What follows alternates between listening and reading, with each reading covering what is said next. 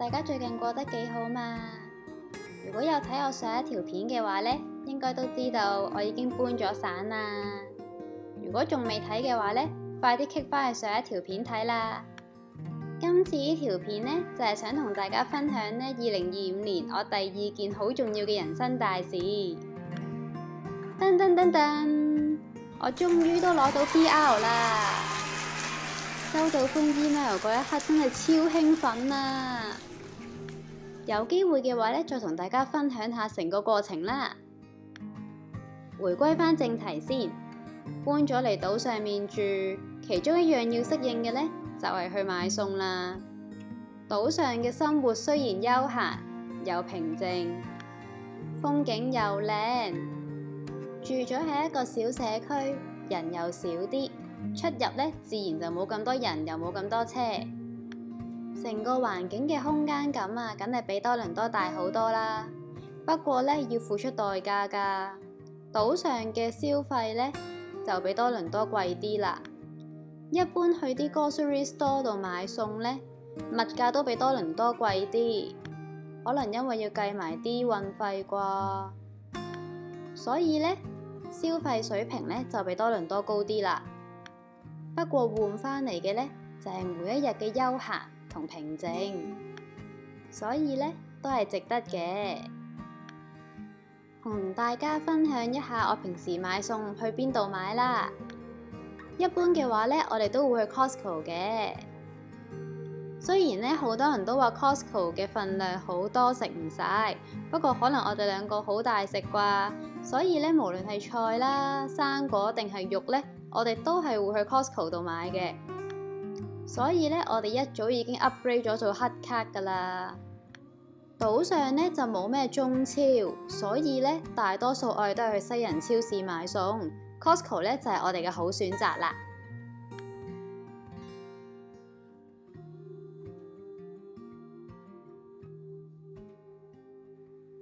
我呢就唔係好識煮飯嘅，而家呢就同大家分享一下我屋企嘅大廚啦。基本上一日三餐呢都係佢煮噶啦。好彩佢都係中意煮嘢食嘅人，如果唔係啊，實日日都鬧交啊。一日三餐加埋啲 snack 或者間唔中整下甜品，全部都係佢一手包辦。我真心佩服，覺得佢好犀利啊！每一次呢，我都覺得佢煮啲嘢好好食。而家呢，就去片俾大家睇下佢平時煮咩啦。可能呢就會有啲凌亂，大家唔好介意啊，哈哈哈！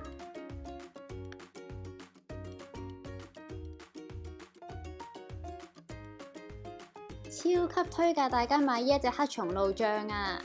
上一次買完返嚟試過之後勁好食，跟住就回購啦，加少少落去已經好香噶啦，所以呢，就煮咗個雞胸黑松露炒意粉啊！雖然呢賣相就普通，不過味道好好味㗎。你哋見到我食到津津有味就知啦。不過呢隻黑松露醬呢真係好香㗎，可能我係中意食黑松露啩，所以我覺得佢就好好食啦。我好中意我老公煎雞胸㗎，唔知點解佢每一次都可以煎到好嫩好多汁，完全顛覆咗我對雞胸嘅感覺啊！以前食開嗰啲雞胸呢都係好柴㗎，但係呢，佢煮呢就好多汁，好好食啦。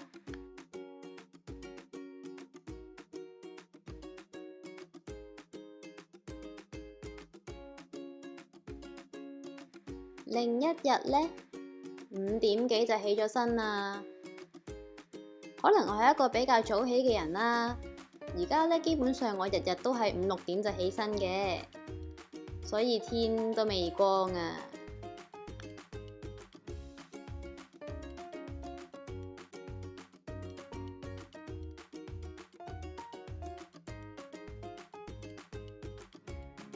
朝早起身沖咗杯咖啡之後呢，佢就準備早餐啦。今朝早呢，就係有我落 order 嘅牛油果多士啦。有冇人同我一樣都係好中意食 avocado 嘅呢？今次買到嘅牛油果都係好靚㗎，好 creamy，好香，好好味㗎。除咗牛油果之外呢，另一半嘅口味呢就係 cream cheese 啦。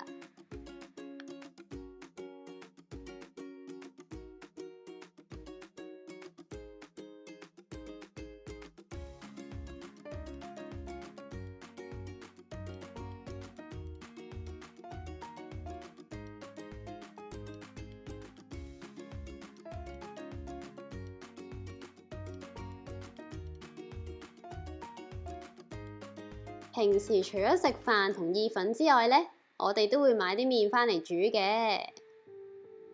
你嚟睇下，今次呢，我哋就煲咗個湯之後呢，就煮咗個麵食啦。其實我哋就好少煲湯嘅，不過呢，今次去 Costco 呢，就因為見到啲好靚嘅 pork ribs，所以呢，就買咗嚟煮呢個蘿蔔排骨湯啊。始終呢，都係喺香港飲屋企人煲嗰啲好飲啲。不過自己煲就求求其其將就下啦，賣相睇落去都唔差㗎。不過呢，就冇屋企人煲得咁濃味咁好飲啦。由細到大我都好鍾意飲湯㗎。移民之後我最掛住嘅呢就係屋企人煲嘅靚湯啊。不過呢，移民之後呢就好少煲啦，所以間唔中煲一次呢，都係可以過下口癮，好滿足嘅。呢一煲湯啊，我老公煲咗成個幾鐘啊，所以啲蘿蔔好腍，都好好味㗎。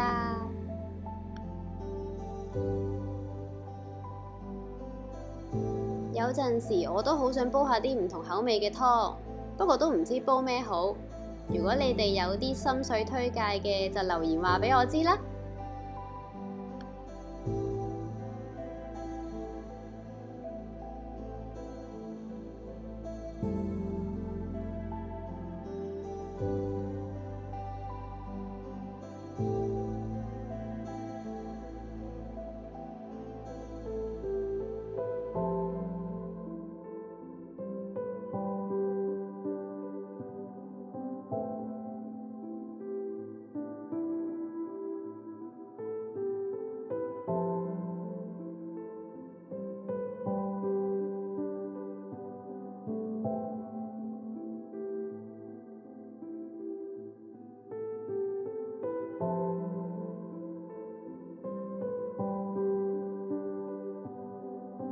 另一款要同大家推介嘅醬汁呢，就係呢一支 hot sauce 啦。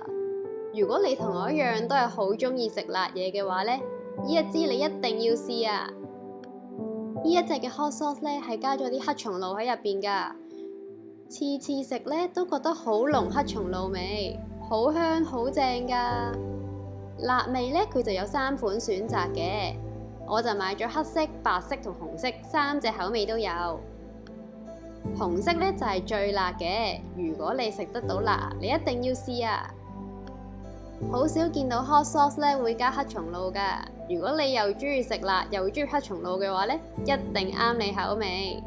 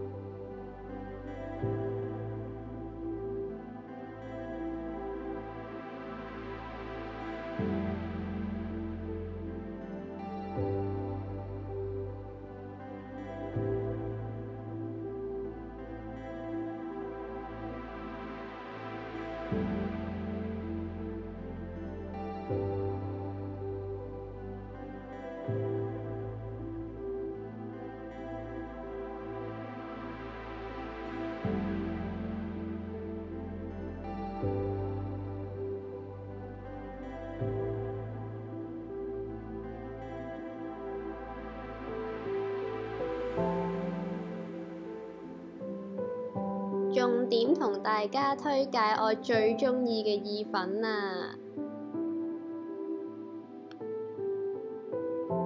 如果你同我一樣都係好鍾意食 Burrata cheese 嘅話呢，呢一個意粉你一定要試啊！今次呢，就用咗隻黑松露番茄醬意粉去配我嘅 Burrata cheese 啦。我真係好中意食呢隻芝士㗎，佢嘅奶香又濃，而且呢個味道好好味㗎。我就唔係啲咩專業食評家，就唔知點樣話俾你知佢好好味啦。你哋自己買嚟試下啦。今次用呢隻意粉醬呢，就同 Hot Sauce 嗰個牌子係一樣嘅，所以呢都係有黑松露味喺入邊嘅。不過呢，佢個番茄味就比較濃，黑松露味就清淡啲。不過都值得一試嘅。重點都係嗰個 Burrata cheese 啊！分享俾你哋睇下少少嘅片段啦。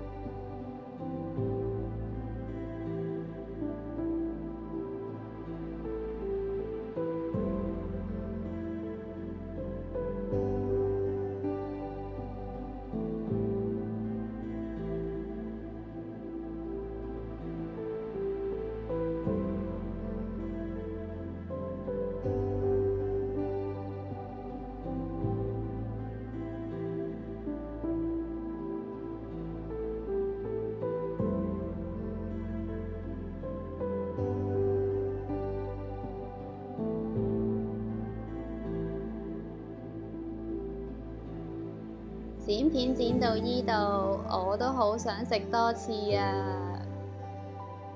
食 Burrata cheese 之前記得要加少少黑醋，會好味好多㗎。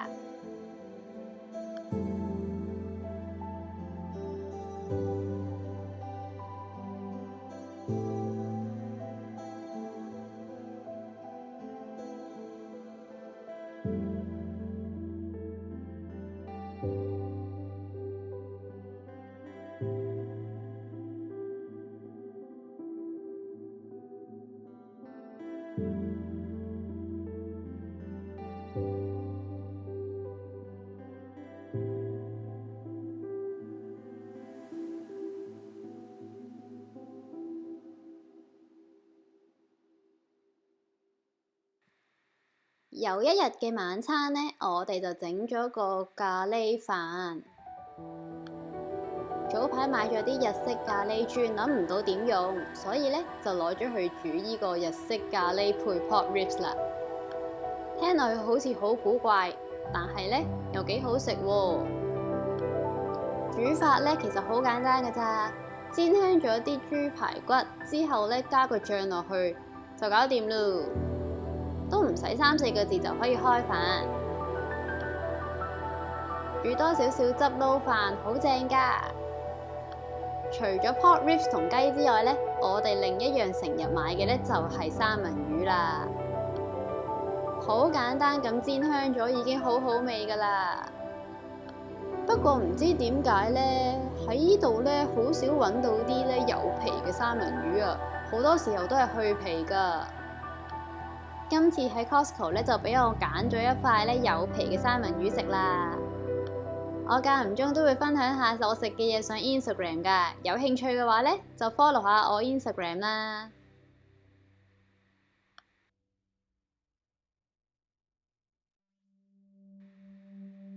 俾你哋睇下我個露台啦。我間唔中都會企出去出邊睇下出邊個海景㗎，雖然呢就唔大。但係咧都有少少望到海㗎，係咪好靚呢？而且仲可以望到雪山添。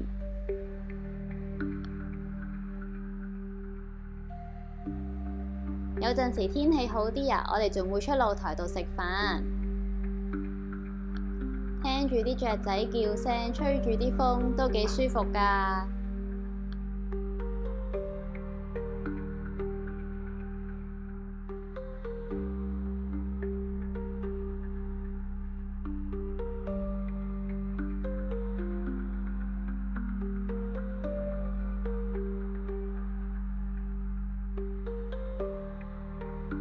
講咗咁多飲飲食食，係時候同大家分享下我哋去咗邊度玩啊！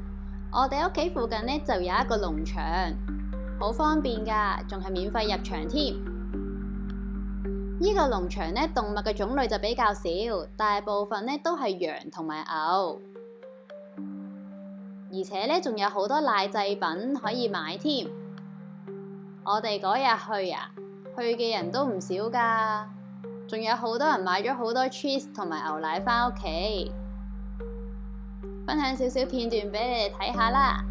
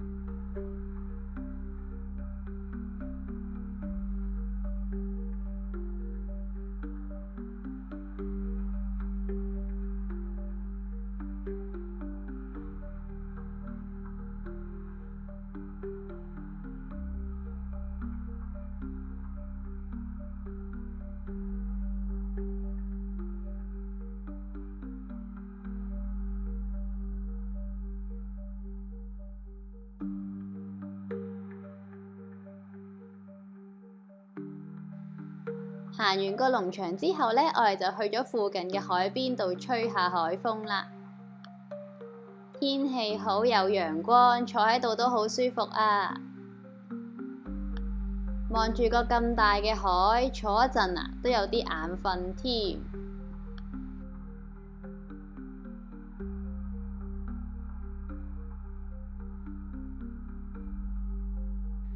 另一日呢，就去咗一個我好鍾意去嘅景點啦。呢一個公園呢，可以行山之餘呢，仲有啲靚景可以睇。我好鍾意嚟呢度㗎。行山嘅路線呢，好簡單，大約半個鐘至9個字就行完。但係佢成個公園嘅景觀都係好靚㗎。每一次嚟呢，都有好多人行。無論係一家大細嚟啦，定係放狗嘅人都會嚟呢度玩嘅。成段嘅行山路線呢，都係沿住個海邊行嘅，風就大啲，不過景觀真係好靚。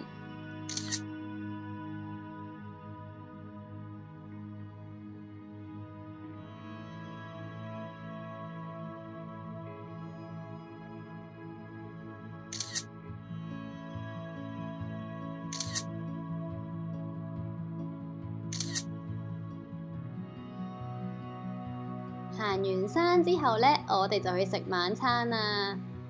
呢一間餐廳係我一定要分享俾你哋聽㗎，係我食過呢一度最好食嘅韓式餐廳。Vancouver Island 呢就冇咩中餐廳㗎啦。我哋試完呢一間韓式餐廳之後呢，一定要分享俾你哋知啊！剪片剪到依度啊，我都好想再返去再試過啊！我就覺得呢一間餐廳呢，比多倫多嘅餐廳都仲要好食啦。我呢就唔講咁多啦，你哋睇片就知道我有幾鍾意㗎啦。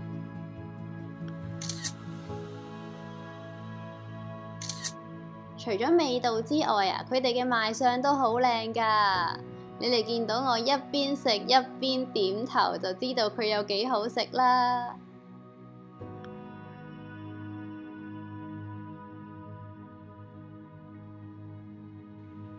好耐都冇食過韓式燒肉啦！呢一間嘅牛肉呢都幾新鮮，而且牛肉味好濃㗎，又夠肥喎。所以一口氣我都食咗幾件啊。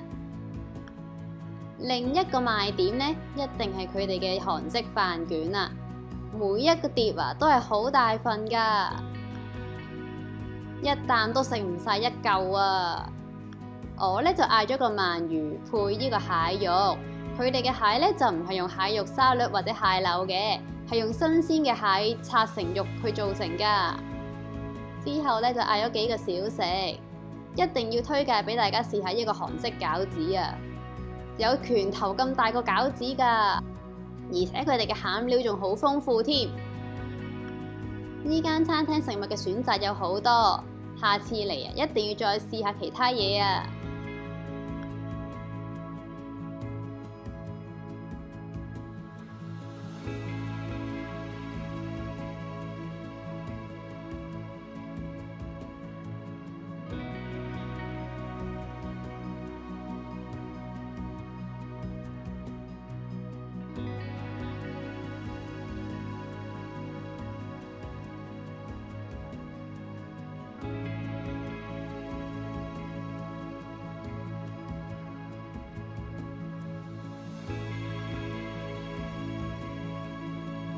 食飽飯呢就返屋企啦。